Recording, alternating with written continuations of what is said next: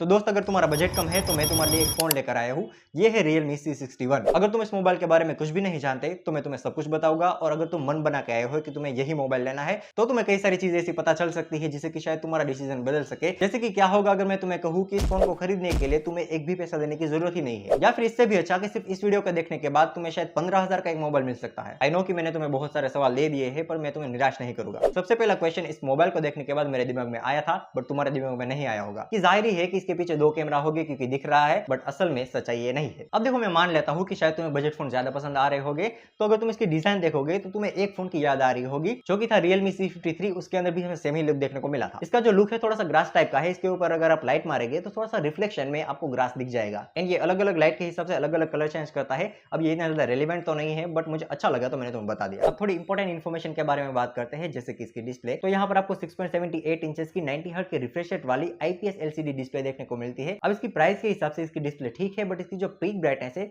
वो मुझे थोड़ी सी स्टैंडर्ड लगी, क्योंकि यहाँ पर आपको हाईएस्ट पीक ब्राइटनेस यानी कि आपके फोन की जो ब्राइटनेस है वो ज्यादा से ज्यादा 515 पर जाती है, जो कि इंडोर के अंदर ठीक ठाक काम कर लेता है, बट आउटडोर के अंदर जाते हैं तो वहां पर आप कंटेंट को इतने ज्यादा अच्छे से नहीं देख पाएंगे। दो इसके अंदर आपको 90 हर्ट्ज का रिफ्रेश देखने को मिलता है। IPS LCD डिस्प्ले है जो कि स्टैंडर्ड लेवल है, व्यूइंग एक्सपीरियंस आपको अच्छा दे देगा, बट इसके बावजूद आउटडोर के अंदर कंटेंट को कंज्यूम करना इतना ज्यादा एफिशिएंट नहीं माना जाएगा। तो इसके प्राइस के हिसाब से इस फोन की डिस्प्ले अच्छे लेवल की मैं मानूंगा। अब ये वीडियो बिल्कुल भी स्पॉन्सर नहीं है, तो इस वीडियो के अंदर मैं तुम्हें इस फोन के बारे में अच्छी और बुरी चीजें दोनों ही बताऊंगा। तो इसके अंदर एक चीज मुझे बहुत ही ज्यादा अच्छी लगी कि इसके अंदर IP रेटिंग मेंशन की गई है, क्योंकि काफी सारे ऐसे फोन आते हैं जिसके अंदर कंपनी IP रेटिंग को मेंशन ही नहीं करती, एंड इस फोन से ज्यादा प्राइस वाले फोन होते हैं उनके साथ भी ऐसा होता है, बट इसके अंदर मेंशन की गई है। यहाँ पर आपको IP54 देखने को मिलती है जो कि स्प्लैशेस को रेजिस्ट कर देगी, वो भी एक लिमिटेड हद तक। आप Oppo F27 की तरह तो इसे पानी के अंदर नहीं डुबा पाएंगे, बट ये ठीक ठाक वाटर रेजिस्टेंस आपको दे देगा। बजट फोन के अंदर ज्यादातर कैमरा अच्छे नहीं आते, तो क्या इसके अंदर भी सेम चीज है?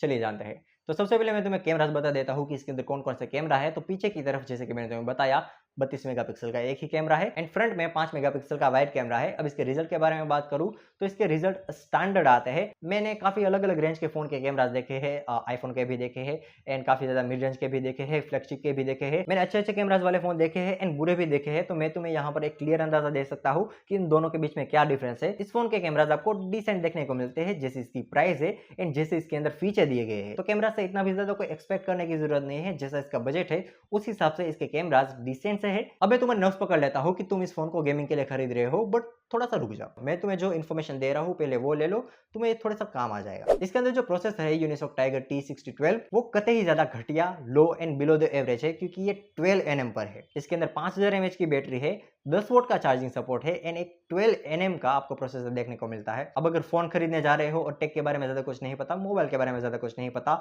एंड स्पेशली प्रोसेसर के बारे में ज्यादा कुछ नहीं पता, तो तुम्हें कोई भी उल्लू बना के चला जाएगा। तो मैं तुम्हें सिंपल भाषा के अंदर बता देता हूँ कि इससे होगा क्या, कि तुम्हारा चार्जिंग जो है वो बहुत ही ज्यादा तेजी से उतरेगा और तुम उसे जल्दी से चढ़ा भी नहीं पाओगे, क्योंकि 10 वोट का चार्जिंग सपोर्ट देखने को मिलता है। एंड दूसरी इंपॉर्टेंट चीज कि इसके अंदर जो प्रोसेसर है उसकी वजह से आपका फोन काफी जल्दी ही लेग मारने लगेगा, क्योंकि जो 10,000 के या फिर 12,000 के जो फोन आते हैं उनके अंदर स्नैपड्रैगन के प्रोसेसर आते हैं, वो भी बहुत जल्दी लेग मारने लगता है। मेरे एक दोस्त ने Realme 12 लिया था और अब वो पछता रहा है, और शायद से तुम्हारे साथ भी यही सेम चीज हो सकती है अगर तुमने गेमिंग के लिए इस फोन को खरीदा, क्योंकि 8,000 के अंदर गेमिंग का फोन नहीं आता। अगर लिखना है तो लिख लो, याद करना है तो कर लो।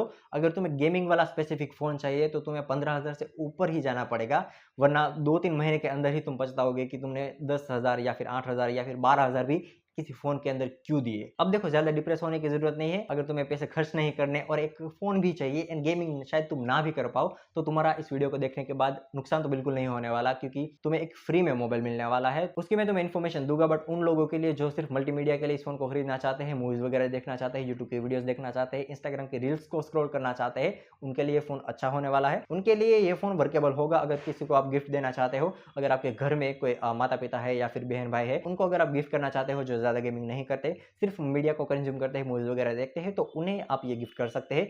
उसके लिए ये फोन अच्छा है। तो देखो, ये इन्फॉर्मेशन देना काफी ज्यादा जरूरी है, तो तुम्हें बता देता हूँ कि इसके अंदर आपको वाईफाई देखने को मिलता है, ब्लूटूथ 5.0 देखने को मिलता है, इसके अलावा जीपीएस देखने को मिलता है। इसके अलावा इसके अंदर जो 5G बैंड है वो आपको काफी ज्यादा अच्छा देखने को मिलते हैं। 5G सपोर्ट इसके अंदर अच्छा है, 8,000 के अंदर 5G फोन है, सो इट्स रियली गुड। अब तुम्हें ओवरऑल तो आइडिया मिल ही गया होगा कि किसके लिए फोन ये है, किसके लिए फोन नहीं है, बट तुम्हारे लिए जो इन्फॉर्मेशन सबसे ज्यादा इंपॉर्टेंट है वो मैं तुम्हें बता देता हूँ। 7 जुलाई को मैं एक गिव अवे करने वाला हूँ शाम को 7 बजे, तो उसके लिए तुम्हें रेडी रहना है, जहां पर मैं एक फोन को फ्री में तुम्हें तुम्हें दे देने वाला हूँ वो तुम्हारा हो जाएगा। तो इसलिए 7 जुलाई को शाम को 7 बजे तैयार रहना, एक नया नवेला में फोन तुम्हें गिफ्ट करने वाला हूँ। तो ये इन्फॉर्मेशन तुम अपने दोस्तों के साथ भी शेयर कर सकते हो। बट इसके अलावा भी मैंने तुम्हें बताया था कि 15,000 वाला जो फोन है वो मैं तुम्हें देने वाला हूँ।